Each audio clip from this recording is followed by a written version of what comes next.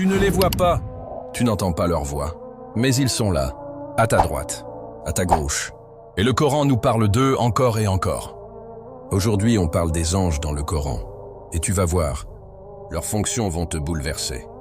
Et si tu veux que ta foi grandisse chaque jour, abonne-toi maintenant, Inch'Allah. Le mot « malaïka », les anges, revient plus de 80 fois dans le Coran. Ce ne sont pas des métaphores. Ce sont des êtres réels, créés de lumière, invisibles à nos yeux. Mais Allah, lui, nous a tout dit sur leur rôle. Jibril alayhi salam, c'est lui qui a transmis le Coran à notre prophète sallallahu alayhi wa sallam.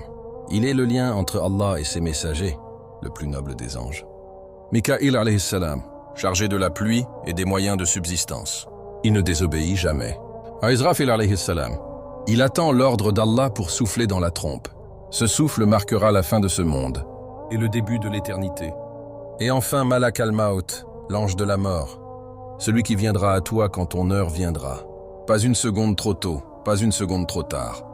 Mais il y en a d'autres. Avec toi, en ce moment même, à ta droite, celui qui note tes bonnes actions. À ta gauche, celui qui écrit tes erreurs.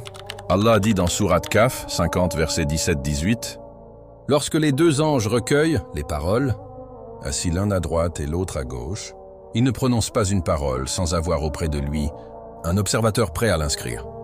Il note tout, même ton silence, même tes soupirs, même ton dhikr au fond de ton cœur. Et puis il y a ceux qui veillent sur toi, jour et nuit.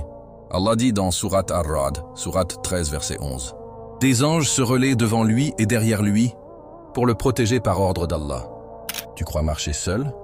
Tu ne l'as jamais été, pas une seule seconde. Il y a aussi ceux qui entourent les cercles de rappel d'Allah. Ceux qui écoutent ton Coran la nuit, ceux qui se battent contre les shayatines quand tu fais tes ablutions, et ceux qui, au moment de ta mort, te diront « Ne craignez rien et ne soyez pas affligés. Recevez la bonne nouvelle du paradis qui vous a été promis. » Sourate Fusila, 41 verset 30. Qu'Allah nous rende conscients de leur présence, qu'il purifie nos langues, nos cœurs et nos actes, pour qu'il n'ait rien de honteux à écrire. Et toi, est-ce que tu connaissais toutes ces fonctions des anges? Écris-moi en commentaire, quel rôle t'a le plus touché? Like cette vidéo, partage-la. Et abonne-toi si tu veux qu'on continue à parler de l'invisible, du Coran et des vérités qui nourrissent l'âme. Parce que demain, Inch'Allah, on va parler d'un autre monde, celui des djinns, leur création, leur pouvoir, et ce que le Coran révèle à leur sujet.